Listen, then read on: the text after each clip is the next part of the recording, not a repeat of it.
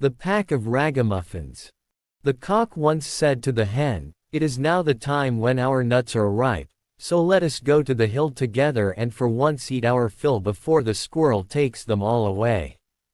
"Yes," replied the hen, "come, we will have some pleasure together." Then they went away to the hill, and on it was a bright day they stayed till evening.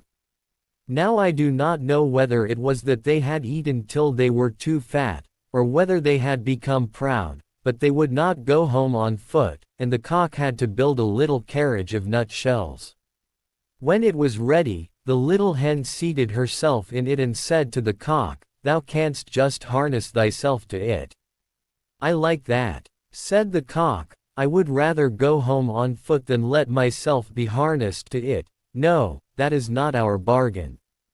I do not mind being coachman and sitting on the box, but drag it myself I will not." As they were thus disputing, a duck quacked to them, "You thieving folks, who bade you go to my nut hill? Well, you shall suffer for it," and ran with open beak at the cock. But the cock also was not idle, and fell boldly on the duck, and at last wounded her so with his spurs that she also begged for mercy, and willingly let herself be harnessed to the carriage as a punishment. The little cock now seated himself on the box and was coachman, and thereupon they went off in a gallop, with, "Duck, go as fast as thou canst." When they had driven a part of the way they met 2-foot passengers, a pin and a needle. They cried, "Stop, stop," and said that it would soon be as dark as pitch, and then they could not go a step further, and that it was so dirty on the road, and asked if they could not get into the carriage for a while. They had been at the tailor's public house by the gate, and had stayed too long over the beer.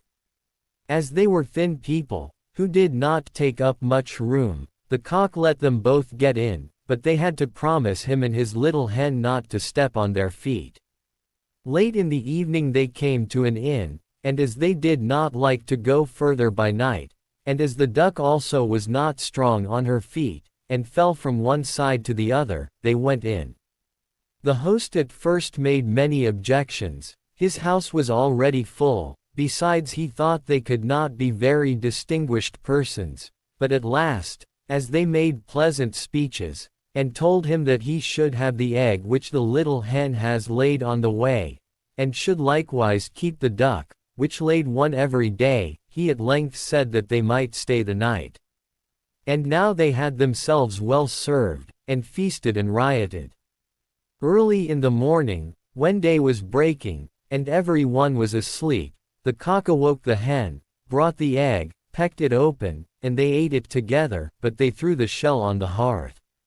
Then they went to the needle which was still asleep, took it by the head and stuck it into the cushion of the landlord's chair, and put the pin in his towel, and at the last without more ado they flew away over the heath. The duck, who liked to sleep in the open air and had stayed in the yard, heard them going away, made herself merry and found a stream, down which she swam, which was a much quicker way of traveling than being harnessed to a carriage. The host did not get out of bed for 2 hours after this. He washed himself and wanted to dry himself. Then the pin went over his face and made a red streak from one ear to the other. After this he went into the kitchen and wanted to light a pipe, but when he came to the hearth the egg shell darted into his eyes. "This morning everything attacks my head," said he, and angrily sat down on his grandfather's chair, but he quickly started up again and cried, "Woe is me," for the needle had pricked him still worse than the pin, and not in the head.